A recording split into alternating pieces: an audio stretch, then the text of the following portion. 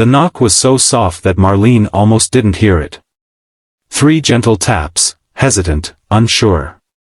It was nearly sunset, the sky burning orange behind her kitchen window, and she wasn't expecting anyone. When she opened the door, she froze. A boy, no more than 12, stood barefoot on the porch. His clothes were dusty, his face flushed from the heat, and he clutched an empty plastic bottle like it was something precious. "Ma'am, could I please have some water?" he whispered. The words hit her harder than she expected. Marlene's hand flew to her mouth as her knees buckled, and she sank down right there in the doorway. It wasn't just the boy's exhaustion, it was the voice. Soft, polite, trembling. A voice she hadn't heard in years. A voice that sounded achingly like her own son before the accident. For a moment she couldn't breathe. The boy stepped back, frightened. "I'm sorry, I didn't mean." "No, sweetheart," she said quickly, wiping her eyes as she struggled to stand. "Come here." She took his bottle with shaking hands and led him inside. As she filled it with cold water, she noticed he kept glancing at the family photos on the wall, photos of her lost son smiling, alive, unchanged by time. "What's your name?" she asked gently. "Evan," he said. The same name as her boy. The universe, it seemed, hadn't knocked on her door by accident. Evan drank the water so quickly that Marlene had to refill the bottle twice. He tried to hide how thirsty he was, but the way his hands shook gave him away.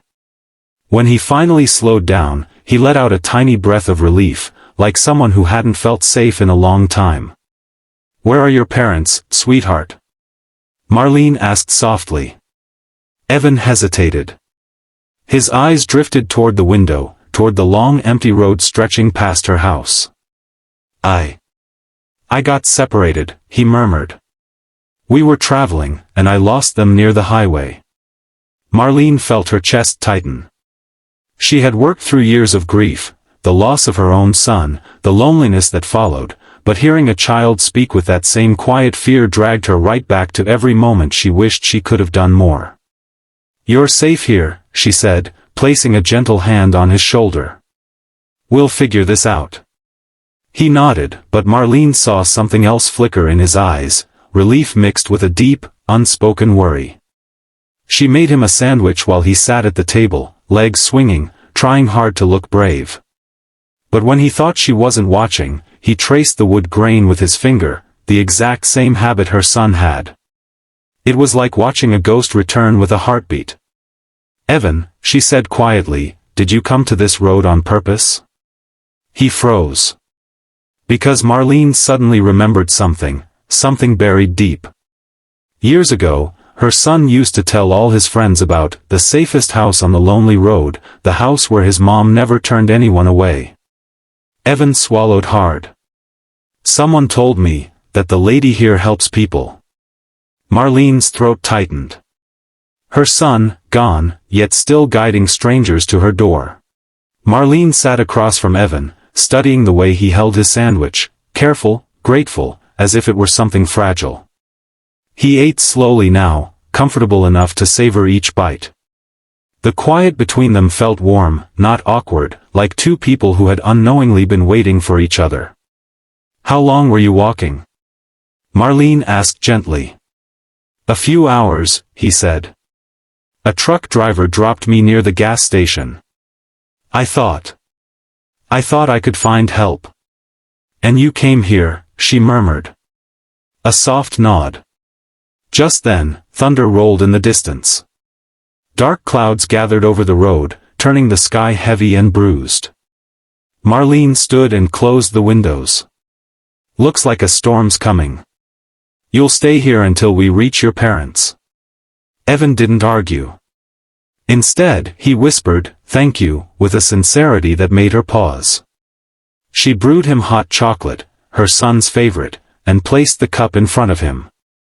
Evan wrapped his hands around it, letting the warmth settle into his palms.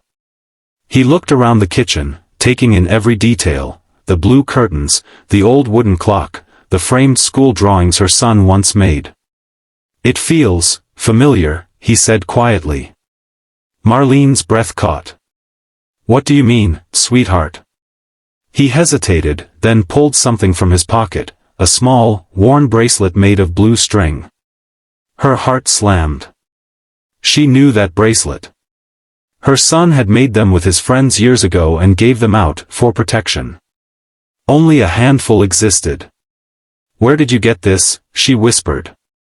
A boy at a shelter gave it to me last month, Evan said. He said if I was ever scared, to follow the road where the trees lean toward the sun. That the woman at the end would help anyone. Marlene felt tears rise. Her son's words, still traveling the world, still saving someone.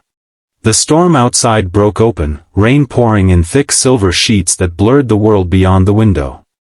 Inside, the kitchen glowed softly, warm against the thunder. Evan sat small and quiet, clutching the blue thread bracelet like it meant everything he had left. Marlene lowered herself into the chair beside him. Evan, that boy who gave you the bracelet, did he tell you his name? Evan shook his head. No. He just said he had to leave soon. He was moving to another city with his aunt. But he told me you were the kindest person he'd ever met. Marlene pressed her lips together, fighting the wave of emotion rising in her chest. Somehow, somewhere, her son's friends had carried his memory forward. And through them, his kindness kept echoing, reaching strangers, guiding lost children right to her door. A sudden knock startled them both. Marlene hurried to the front window. Through the sheets of rain, two figures ran toward the porch, a man and a woman, drenched, frantic, calling a name she instantly recognized. Evan. The boy shot up from his chair.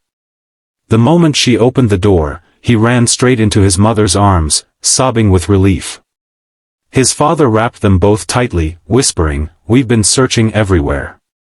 Marlene stepped back, letting the family hold each other.